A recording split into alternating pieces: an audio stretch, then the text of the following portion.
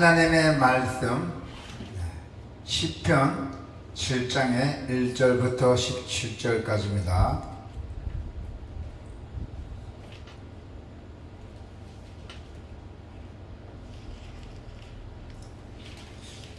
여호와 내 하나님이여, 내가 주께 피하오니 나를 쫓아오는 모든 자들에게서 나를 구원하여 내소서.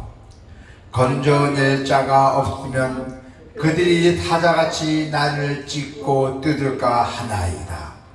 여호와 내 하나님이여, 내가 이런 일을 행하였거나 내 손에 죄악이 있거나 하춘한 자를 악으로 갚았거나 내 대적에서 까닭없이 빼앗았거든 원수가 나의 영혼을 쫓아 잡아 내 생명을 땅에 짓밟게 하고 내 영광을 먼지 속에 살게 하소서. 여호와여, 진노로 일어나라. 내 대적들의 노를 막으시며 나를 위하여 깨서서 주께서 심판을 명령하셨나이다. 민족들의 모임이 주를 두리게 하시고 그의 높은 자리에 돌아오소서. 여호와께서 만민에게 심판을 행하시오. 여호와여, 나의 의와 나의 성실함을 따라 나를 심판하소서. 악인의 악을 끊고 의인을 세우소서. 의로우신 하나님이 사람의 마음과 양심을 감찰하시나이다. 나의 방패는 마음이 정직한 자를 구원하시는 하나님께 있도다. 하나님은 의로우신 재판장님이시요 매일 분노하시는 하나님이시로다. 사람이 회개하지 아니하면 그가 그의 칼을 가시며 그의 활을 이미 당겨 예비하셨도다. 죽일 도구를 또한 예비하시며 그가 만든 화살은 불화살되리로다. 악인의 죄악을 낳으며 재앙을 베어 거짓을 낳았도다. 그가 엉덩이를 파 만드며 제가 만든 함정에 빠졌도다. 그의 재앙은 자기 머리로 돌아가고 그의 포악은 자기 정수리에 내리로다. 내가 여호와께 그의 의를 따라 감사하며 지존하신 여호와의 이름을 찬양하리로다. 아멘. 오늘 신뢰의 기도와 하나님의 심판입니다. 회개만이 공의로운 하나님의 심판을 피하는 길입니다. 회개하지 않으면 한반에 하나님의 심판을 피할 길이 없습니다.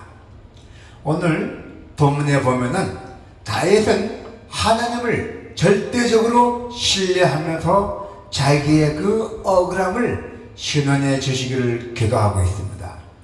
은혜를 호소하는 기도를 드린다는 것이죠. 악한 원수들의 위협에 직면한 다윗은 내 자신의 결벽을 주장합니다. 하나님의 은혜를 또 호소하고 있죠. 오늘 본문의 1절에 보면은 여호와 내 하나님이란 이 어구는 내는 하나님을 멀리 떠나서 섬기는 자의 말이 아닙니다. 그와 자기가 가까운 관계에서 부르짖는 자의 말씀입니다.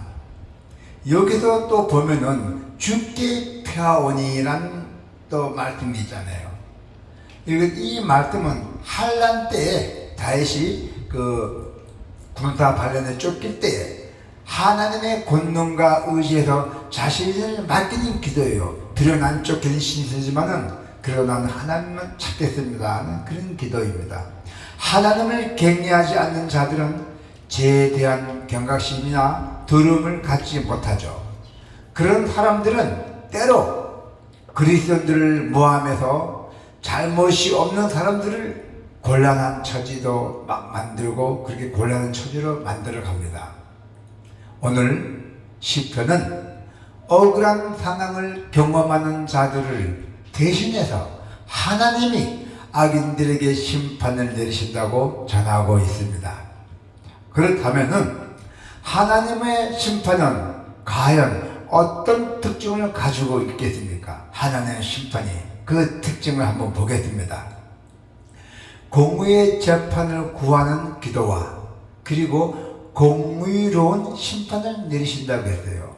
공의로운 심판. 그래서 다윗은 불의한 자를 멸시하고 의로운 자를 선언하실 하나님의 심판을 간구한 기도입니다. 그래서 다윗은 자기가 결백합니다.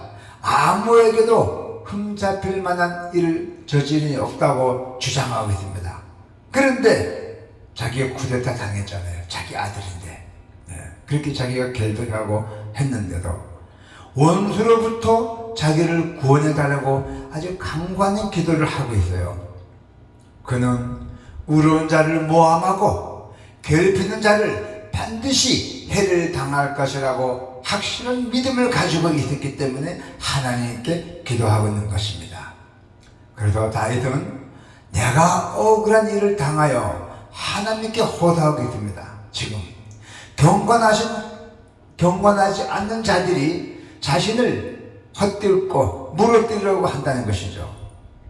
바로 이 거짓 이야기로 다윗에게 대해 함부로 모함하는 사람들이 언행이 그에게는 사자가 날카로운 일발로 사냥감을 무너뜨리는 것 같이 아주 위협적인 느껴진다는 것입니다.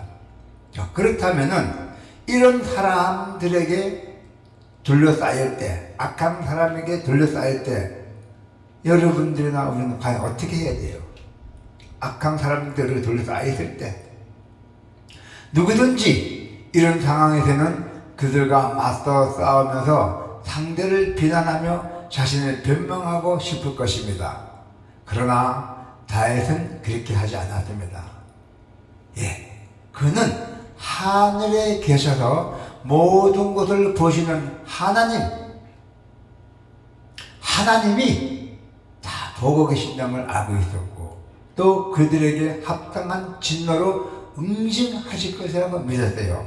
하나님께서는 나를 애워싼 원수들에게 그리고 오직 하나님만이 우리 죄인들을 공정하게 판단하신다는 사실을 알고 모든 결과를 다 하나님께 맡기셨어요. 내가 그 위협에 처해서도 나는 죽어도 하나님께 다 맡기겠습니다 하고 우리가 살아가는 세상은 하나님의 그 뜻에 반역함으로 우리가 심각하게 오염되는 것입니다. 하나님 반역하게 된다면 우리가 오염되게 살아간다는 것이죠. 그렇기 때문에 우리는 언제 어디서든지 악한 일을 당할 수도 있다는 것이죠. 그러나 하나님은 날마다 공명정대한 눈으로 모든 것을 다 살피시고 계십니다. 악이 그 뜻을 결코 이루지 못하게 하신답니다. 악한 자들은 하나님 다 보고 계신다는 것이죠.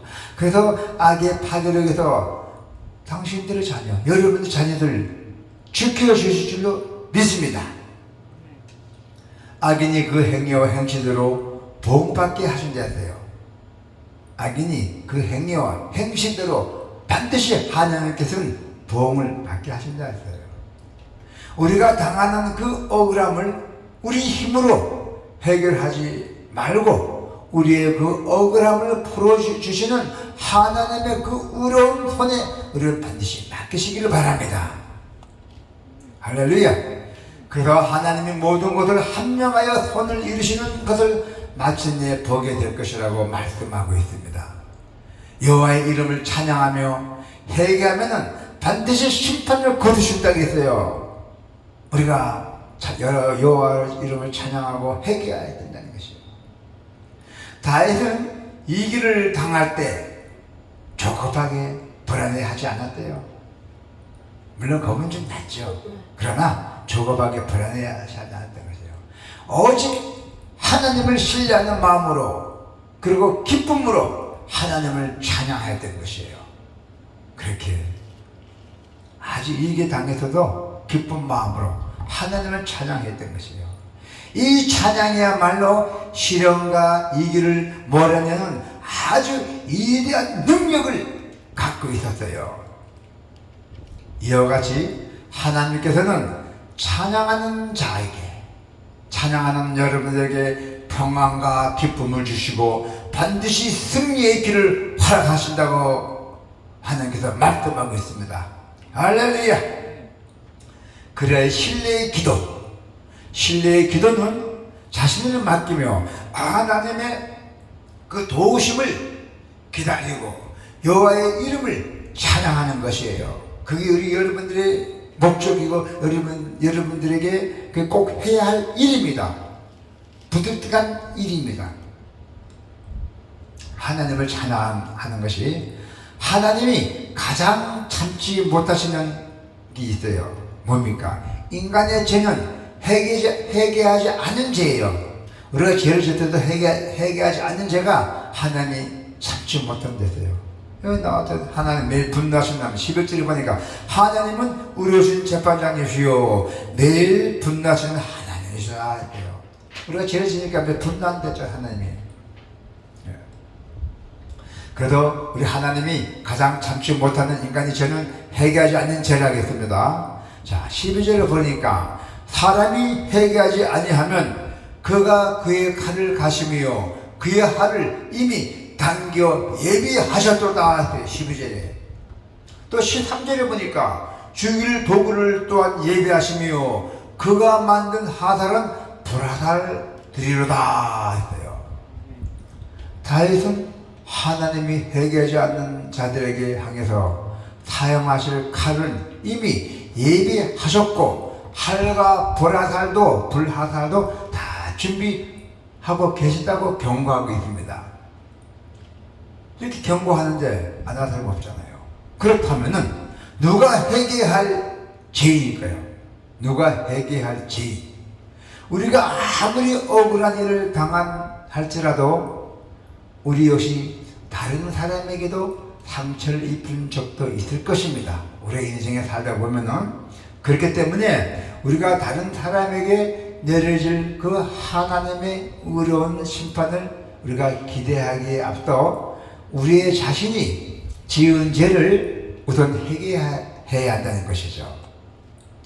거룩한 하나님이 보시기에는 모든 사람은 다 예외 없이 타락한 죄인들이라고 말씀하고 있어요. 그래서 하나님은 억울한 일로 분노하는 우리에게도 회개를 촉구하신다는 얘기예요. 그리고 우리가 언제든지 죄에서 돌이켜 회개하면은 그 죄사함의 은혜를 베풀어 주신다고 분명하게 말씀하고 계십니다. 할렐루야. 여기에 좀 덧붙여 말하자면은 우리는 온갖 모함과 거짓말로 해를 입히는 사람들에게 의해서 기도해야 합니다. 그렇게 우리에게 엄수지만은 그래도 우리가 기도도 해줘야 돼요. 자, 어떻게? 그가 웅덩이를 파 만드며 제가 만든 함정에 빠져도다 했잖아요. 15절을 보니까요. 이 말씀은 다른 사람에게 덫을 놓고 거짓으로 함정을 판 사람들은 결국 자신이 파놓은 함정에 빠진다고 했어요. 대적을 국물하게 여기는 마음으로 우리가 기도하는 그 경건한 자들은 하나님의 은혜를 더욱 경험하게 된다 했어요. 이 세상이 무질서해 보이지만은 안 맞는 우리가 세상이 개판이고 먼다지만은 그래도 하나님은 이 세상에 당신의 공의와 사랑을 여전하게 드러내시고 계십니다. 또 한 가지는 우리가 꼭 기억할 것이 있어요. 반드시 회개하지 않는 악인에게 하나님의 공의를 드러내신다 했어요. 반드시 심판을 피하지 못한다 했어요. 그 반면에 하나님의 공의와 기준 앞에 회개한 의인에게는 헤아릴 수 없는 하나님의 사랑을 다 보여주실 것이라고 말씀하고 있습니다. 하나님은 공의로 세상을 심판하는 재판장이십니다. 동시에 하나님은 자비로우셔서 제 길에서 돌이키는 자들을 용서하는 은혜를 베푸신다고 말씀하고 있습니다. 할렐루야. 자, 성도 여러분, 죄인들에게는 돌이킬 기회를 주고 있어요. 기회가 있습니다. 그러나 그 기회는 영원하지 않다고 했어요. 그 기회의 문이 열리는 동안에는 우선 우리가 돌이켜야 하고, 또 우리가 사람들에게 그 심판의 길에서 우리가 돌이키도록 우리가 권면하고, 또 복음도 전해야 되고, 하나님이 이렇다 저렇다 잘 이렇게 우리가 복음을 전해줘야 됩니다. 그게 여러분과 저의 의무예요. 그래서 앞으로는 우리가 이제 시작이 반이라 했어요. 그래서 우리는 항상 복음을 전하면서 하나님께 인도하시는 그 말씀을 우리가 전해주는 것이 우리의 의미예요. 교회에 나오든 안 나오든 관계없이 우리는 하나님의 말씀을 전해주는 의무예요. 여러분들도 하나님께 찬양과 기도를 하는 것도 의무고, 그래서 우리가 이제 이 세상에 얼마 남지 않는 인생을 우리가 평안하게, 행복하게, 즐겁게 살다가 천국에 가는 길이 우리의 소망입니다. 여러분 그렇게 되시기를 축원합니다. 아멘.